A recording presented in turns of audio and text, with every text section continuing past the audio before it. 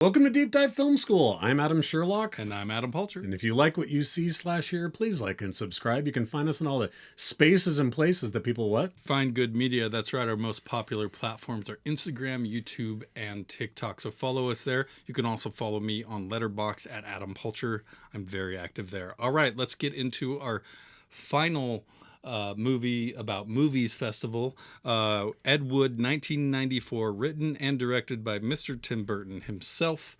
I questioned if I had seen this movie before. Really? I know I had seen it in parts of it, and maybe it was something that I had fallen asleep in or something. I'm not a reigning endorsement, everyone. I mean, sometimes you're tired while you're watching a movie. It just happens. It's nothing against Ed Wood or Burton himself. I actually think after watching this, front to end and really looking at it with a critical eye, I would put this in a top 3 Burton movies. It might be one of his best all time. Good. Yeah, it's so good. And it's about something that he loves, which is obvious, and he makes it still his own, right? This is about 5 years before he started making that overproduced crap that he does now. Yep. And it's kind of, you can see the Frankenweenie in here. You can see the Edward Scissorhands. You can see elements of what he's doing. Plus, it's all black and white, which adds to, what he can do with his set dressings, with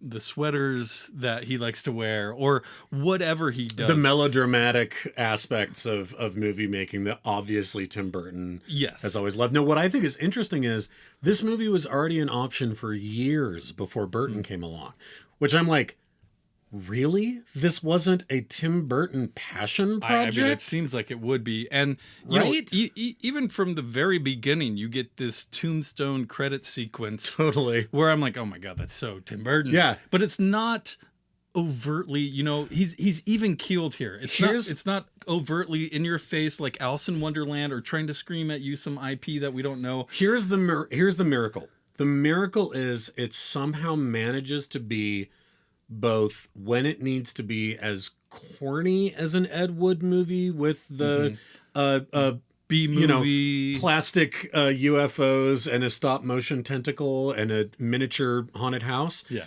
And then it also manages to be a mostly very sweet, not saccharine, but very sweet and heartfelt tribute to outsider art, to the idea of this sort of very bizarre and sometimes corny 50s, 60s horror zeitgeist in this way that loves it, right? So sure. And this thing is full of transvestites and drag queens and Elvira, and he loves them all. Yeah, for sure. And I was going to say this is an underrated gem for the trans community. I think completely. I'd never hear this movie get talked about, and it absolutely It's fantastically queer. It's fantastically queer. Yeah, absolutely. It's such a lovely queer film. And so we got Johnny Depp here, Martin Landau, who we'll get to him. My God, yeah. Sarah Jessica Parker as his girlfriend. Fantastic. Patricia Arquette as his other girlfriend, and goddamn, I just love her so much. Same. Jeffrey Jones, Bill Murray is amazing as well. Bunny. And then Vincent D'Onofrio plays Orson Welles. Yes. And we'll get to that as well. But, essentially Ed Wood is this ambitious movie director who just wants to follow his dreams of making a movie. And kind of falls ass backwards into it by just somebody... The what ended up becoming Glenn and Glenda was originally I tried to change my sex or whatever, some exploitative movie that immediately catches his attention. And right off the bat, this is so fascinating to me because this is based upon, there's some things that historically they changed. This was not one of them. That he went from being terrified that someone would find out that he wore women's clothing. Yeah. To marching right into this producer's office and be like, I'm the man to make this film, and let me tell you why, son.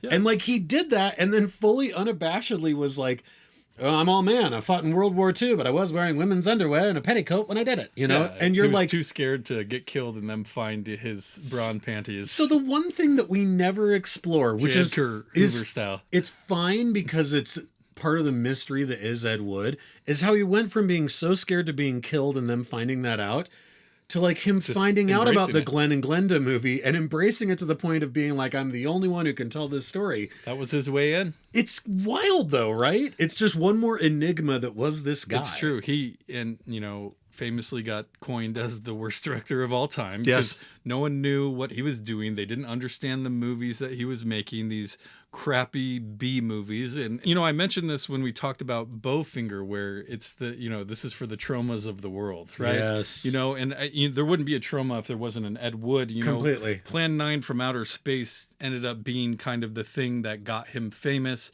And or infamous, depending on your perspective. But the thing is, like, once he became the worst director in the world, he actually got more fans because of it, because they understood the campiness. They understood, you know, that it's not gonna be you know, Casablanca, right? It's gonna be something else. He you know, he hires a wrestler halfway through the movie to be a monster, and he has the most wide-eyed can-do optimism about it. That's the of best this part. way of like, wow, look at that guy. Can you imagine if they put him in my picture? You know, like my favorite ongoing joke, and I'm sure this happened, but it is the one take. Yeah, where yeah. he only does one take, and every one of you is like, "That's perfect," Well, you know, and it's just he like thinks it is. But him justifying why it's perfect Oh, through yes, the whole time what's the tour? is the best part, because he's just like, you know, in real life he would have to struggle to get through that door anyway. Yeah, it's real. It's real. It probably happens to Tor all the time. Exactly. Yeah. And I love that so much. And I also I think that there is and I talked about this the other day with a friend,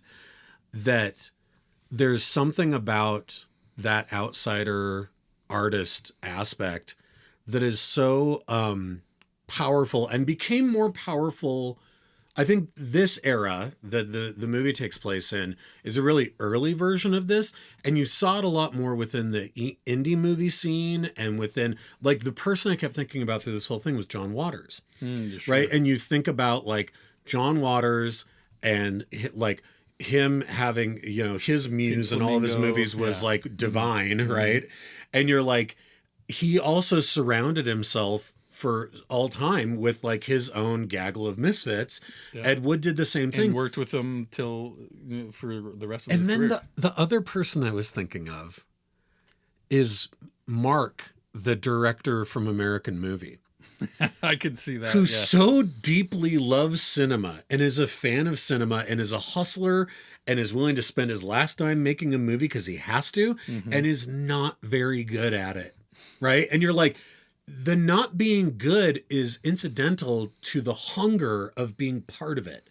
Right. But and it also, even though it's not good, you have a different appreciation for that vision, because it's nothing you would ever have thought of. It's nothing that a producer in Hollywood would ever think of. They even show Glenn and Glenda to a producer, and he thinks it's a joke. Yeah. What is it? Like, Billy Wilder's pulling a fast Billy one. Wilder's pulling a fast one on us. So good. Well, and I think, you know, but then there's this amazing ability, and I went back to this quote, and it's really early on, before he's made any movies, and he's just sort of is like works with producers, and he works on set doing stuff, but he hasn't directed anything, and he's watching the stock footage dailies that his buddy brings him, and what he says is actually brilliant, where he's like, why, if I had half a chance, I could make an entire movie using this stock footage. And that's the the light story bulb, right? opens on these mysterious explosions. Nobody knows what's causing them, but it's upsetting all the buffalo.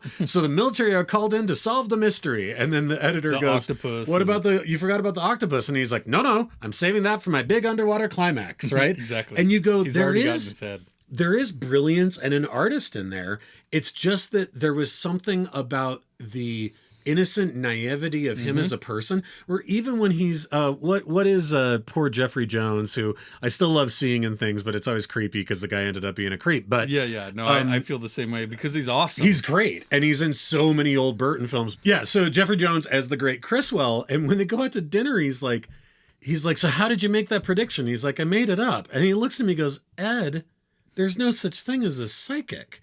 What people in this town want is a little bit of the old razzle dazzle. And he's like, and it's like, that's the first time that this 40-year-old man has had that explained to him. And he's like, gee, right? And you're like, How have you been working in Hollywood and not know that? But he's not working in Hollywood. Well, yeah, but he's working on sets. You know what I mean? Though it's like I just love it. The naivety. It lays into his positive spirit. And honestly, Depp looks like he's having so much fun here. God. Like he looks like he's having a blast playing Ed Wood. He's like, I want transvestites. I need transvestites. Totally. Or when they're reading the first review of their play at the beginning, and he's like, well, the soldier costumes are very realistic, you know, and like that's the only positive thing. But he leans into the only positive thing every time.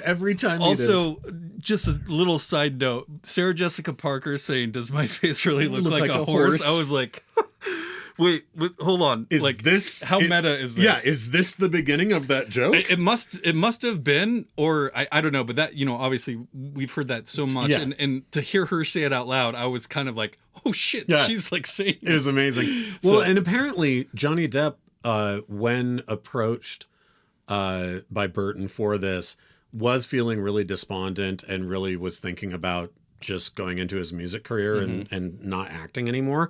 And he said that this movie, and in particular him working with Landau, like reinvigorated him. He's like watching Landau act. Oh my God. Let's get to him. It's an all-time performance. Bela Lugosi. It's an all-time performance. It has everything. I forgot he won an Academy Award for this. So well deserved. Every scene he's in, you're just glued to him. Yeah. And, you know, he already kind of looks like Dracula. Yeah. And so he's old and decrepit and dying, and he's a fucking heroin addict. Yep. And all of this stuff. And nobody wants to work with him, but positive Ed Wood is like, you're my hero. I want to put you in everything. You're an American icon, right? And the scenes he steals. He steals everyone. And you know, it's interesting because this was another thing that Burton said, is that when writing the script, I think he had just, Vincent Price had just passed.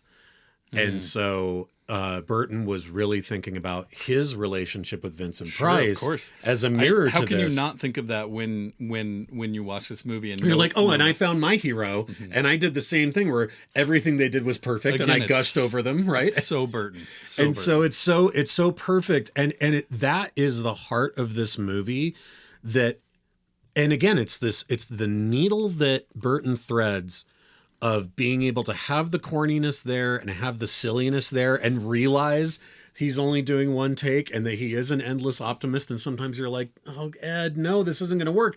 But you're like, you believe this love that he has. Completely, he does. For Landau's character. And, you know, at first I was like, oh, he's making this like a crappy B movie too. And then I started watching it closer and I'm like, actually, this is a fantastically made movie. The camera, the framing, the camera's moving. It's beautiful. He just knows when to punch it up a little bit to lay in a joke, and then goes back to a great looking movie. The set pieces look amazing, and the octopus that they steal, and all of this stuff. Like, it's so. Even though this is Ed Wood's movie and Martin Landau's movie and Johnny Depp's movie, this is so a Tim Burton movie. And again, like I can't stress this enough. Like, him knowing when to punch it up just a little bit, he should have stayed there, because whatever yes man he got after this, who was like, everything's great, more do whatever you want, just whatever. Like, I could name a dozen movies that he's done in the past 15 years that you're just like eye rolling, like, why did you do that? Charlie and the Chocolate Factory, whatever. Just you like didn't have to do it. A variety of IPs that got him a couple more mansions or something. I'm not exactly sure. I'm not sure either, but it's such a damn shame, because you see what an effective and incredible director he is here, and still can be tongue in cheek and can still wink at the camera and doesn't have to be over the top, right? And to go back to Landau's performance, like, there is so much here, the well-worn territory of the actor that's past their prime that nobody pays attention to anymore. We've seen it so many times, but there's something about when he starts telling Ed, like, no, this kind of a monster is erotic. If you want to get laid, take a girl to see Dracula, right? And he's like, because it's the blood. Well, like, all that stuff is so good. People don't like horror movie classics anymore, and it's a poetry to them, right? You can appreciate this, especially in this modern day of being a horror lover. I also I forgot his name, but George Weiss, the guy who initially gives him the funding for Glenn and Glenda, and he's making a she-male movie, right? Yeah. And that's how he kind of pitches it, and he admits to dressing up, and he's the perfect director, like we talked about. But George is basically like, I make crap, like give me a script in 3 days, and I better have a movie in a week. Yeah, this isn't Shakespeare, kid. I don't know what you think you're doing. And at a point, Ed only does the one take, and he talks about, he's like, Landau's kind of lagging on and complaining in the water with the octopus. He's like, Bella, I've got 25 more scenes today.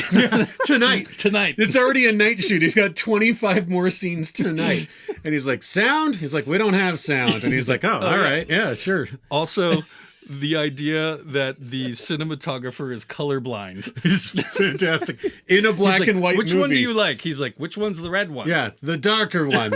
I was like, that's such a meta joke because we're also in a black and white film, right? So it's like Totally. the layers are all And I was there. waiting for the Andorra sweater, like the Schindler's List pink Andorra sweater Yeah, or something. yeah, inside of, the one inside thing. Of this, the one thing that is color. Well, and that was another thing that Burton did that I think is such a artistic move, is that he dug his heels in it. Yeah. And the movie went into, the production went into turnaround because they were refusing to release it as a black and white. And he stuck to his guns, and It makes it all the better. It does, and it's just kind of, it's weirdly meta, right? Because there's so many of these links that we can see with Burton. Yeah. But this is a biopic too. Yeah. Right. Well, and it also is the movie about the guy pulling together the ragtag group Very that much could like never Bowfinger. do it, and they do it. Yeah. And I think my favorite line of dialogue in the movie, there's two. And the first one is when the character of Kathy says, "Oh yeah, no, you can trust Eddie. Eddie's the only fella in town who doesn't pass judgment on people." And Ed says, "That's right. If I did, I wouldn't have any friends." And then later, when they're all getting baptized together, because that's the only guys who have the backing to make Plan 9. And so they're all in the Baptists. and so they're all getting baptized. And Bunny, Bill Murray's character, who we'll talk about in a second, probably one of the best lines in the entire movie, because we already know Bunny is trans. He's transitioning. And also a total queen, the queen of all queens. Yes. And then comes over Still and Bill Murray though. Yeah, leans against and he goes, "Welcome to the fold, brother. Praise the Lord, brother. Do you reject Satan and all of his evil?" And he goes, Sure. And then he dunks him, but then he swims over and he says, "How do you do it? How do you get all your friends to get baptized just so you can make a monster movie?" And Ed says, "It's not a monster movie, it's a supernatural thriller." Right? And they're both soaking wet, swimming in this pool. And there's something about it that's so endearing, though, where it's like they are all together, right? And they're going to do this thing together. And you see it all culminate in this rap party after Bride of the Atom, when Ed comes out and has like the little shawl on, and is belly dancing for everybody. And they're all loving it. Like everybody, even Tor is loving it, right? Like all of these people. And they know it's him. Yeah. All these people from all these different walks of life have come together, where even Tor is asking Bunny, like, "I thought you were getting a sex change. What happened?" And it's like, "These men here saved me." And it's the mariachi band. That's my favorite. That's one of my favorite scenes, because it's the new financier, and he's a butcher, right? Yeah. So they're all in this hanging meats everywhere. It's like the most. And he's standing in front of this big slab of meat, talking about how his transition down in Mexico went horribly wrong, and the only reason he's here is because of these guys. These guys saved my lives. Band. And Tor is listening. This wrestler, this giant monster of a man, is like, like consoling Bunny. And you're like, all these people somehow found each other. And then Dolores, Sarah Jessica Parker's character, breaks. Yeah. And she's like, what is wrong with all of you? You're wasting your lives. These movies are terrible. And what's incredible about that scene is that this whole group, these like 25 people, turn and look at her like she's crazy. It's true. And I was like, it was so ahead of its time. It was so meaningful to me to be like, they don't need her.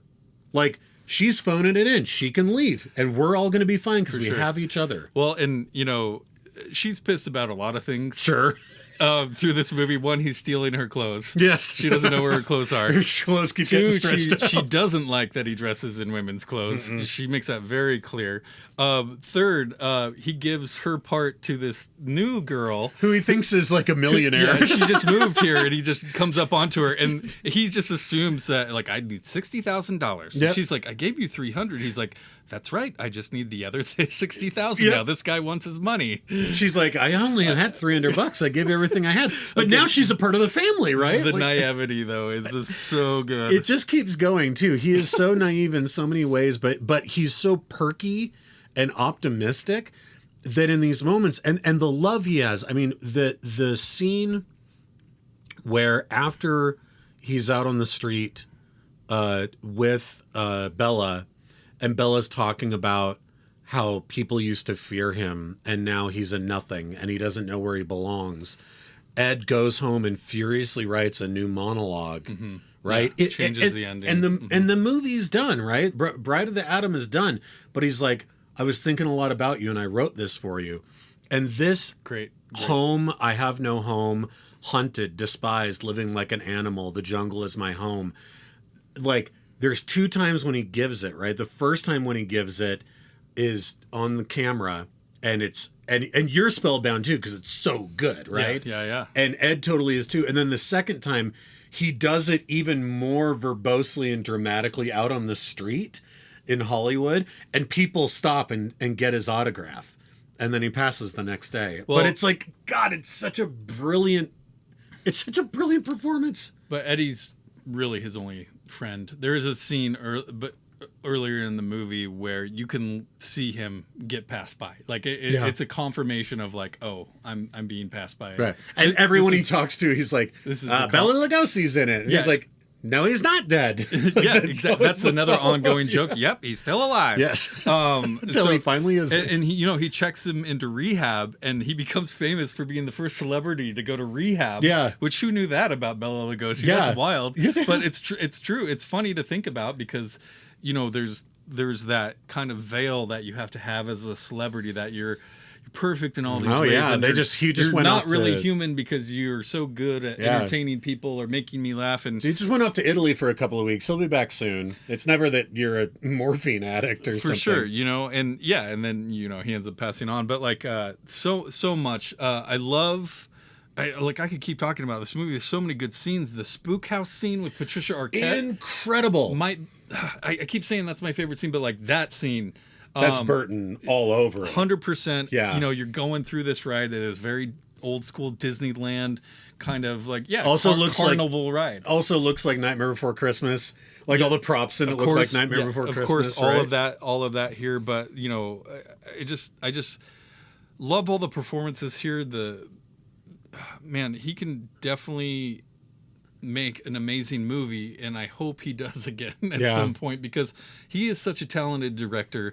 He always has been, but he, misguided maybe sometimes, or just doing things that will make him happy or his kids happy. Not very different than the career of Johnny Depp too, who I think when he's good, he's incredible. You can't not tie those two together. Yeah, and so often you're like, the two of them are at their peak here, and they do look like they're both having so much fun. And I think this idea of somebody having this worship, not just for an actor that they grew up watching, right? Because he even talks about like, Dracula was the first scary movie I ever saw in the theater, all these kinds of things. Mm-hmm. And so there's this love that he has for Bella. But then there's also like, I think as much as you could write off the ending of this movie as being like a fun little linchpin that allows Ed to go and like make his movie, I feel like that the movie premiere. No, I was going to say the bar scene with Orson Welles. Oh yeah, I think it's like while it is sort of that like climax to get you to the next part of the act. Mm-hmm. It also is, to me, you couldn't have a more perfect scene as a lover and champion of the outside artist. I agree. Than having these two guys, one who is considered one of the greatest filmmakers of all time, and the worst. You're saying right. the exact same, finishing each other's sentences. The duality right? is not far off, right? And he references Citizen Kane. He references Orson Welles throughout the movie. He's like, he was 26 when he made it, Citizen Kane, and all this stuff. And I think that part of this movie being black and white is because of that too. Yep. But their discussion in there is like, oh, the backers. I know, I hate it. They have the same problems. All of this stuff. I do want to ask: is D'Onofrio doing the voice? No. Okay, because it doesn't look like it. And if it was him, I'm like, you fucking nailed it. It's not him. Okay. I'm pretty sure. I will do a fact check. But from what I read, I saw the actor's name, and I think it's the dude from Pinky and the Brain. Oh, okay. I think it's that guy. Okay. But, he does look like him, but I'm like, man, D'Onofrio, I've never really seen you do voice work like this. It's not him. Damn, you nailed Apparently it. he did his best, but it wasn't good it enough. wasn't so good they enough. had to dub it. Yeah. Okay. And so, but I think that you're absolutely right that this duality of both of them really having the same complaints and the same desires. And then I just love where he goes, Ed, of course it's worth it. When you can really show your vision. Yeah. Like, why make somebody else's movie? Make your own. Why make someone else's dream when you can make your own? Yeah. Mm-hmm. And he goes, Orson, thank you. Right? And it's so beautiful because I'm like, there is nothing more that you could do if you really are a champion of that outsider vision than to be like, yeah, you know what? People think I'm the worst ever. And I didn't go to school for this. And I don't, maybe people could say I don't know what I'm doing. But did I steal an octopus prop and fill a pond full of water to film Bela Lugosi at 2:00 in the morning? Yeah. Because I had to make this fucking movie, man. Like one take. And it's perfect. There's something about that is so scrappy and lovable that you can't deny it. Yeah, I'm with you. Okay, last thing we got to talk about is these two movie premieres. One for the Bride of the Atom. I think it actually ends up being Bride of the Monster. Oh yeah, right? I think you're right. I think they end up changing the name. That's right. There's too many atomic bomb movies at that time. Yeah. Bride of the Monster, which is why they hire Tor because he's the monster in that right. one. And then Plan 9 is the last one. Yep. And both times they pull up and you think it's going to just be an empty theater. Like there's totally. no cars, there's no red carpet, there's no press. You're like, oh God, they're going to open the doors and there won't be anybody in there. In this first one, it's just all of these boys. Yeah. It's like teenage boys. It's just like packed with teenage destroying boys. the theater, throwing things. Like you have to, they kind of are into it at first. Like when they get in, they're like, they're like, cool. Oh shit, we actually got to get out of here. They run outside. They're like, that was a movie premiere. And they run out front and their car is being dismantled by more teenage boys. Right.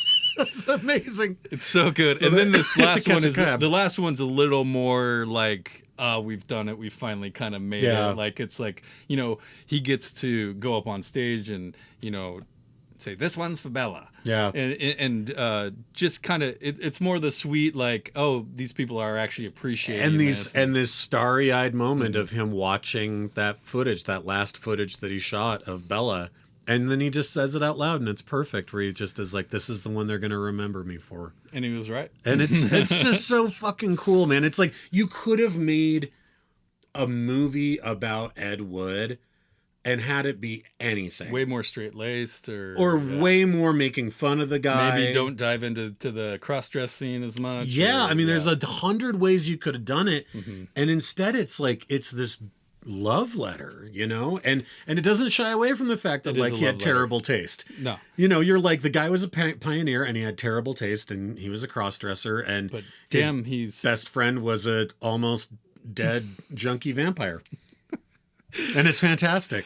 I have to applaud these outro recap cards at the end. Bravo. Yes. Why are more cards like this? I know, right? Because it's so on brand. It's very unique. Yeah. And it just sticks with everything that they're doing. I'm like, it's so good. It is just a stupid recap of what happened after the case. So but it's perfect. Bravo to Burton. Bravo to everyone in this movie. It's seriously everyone.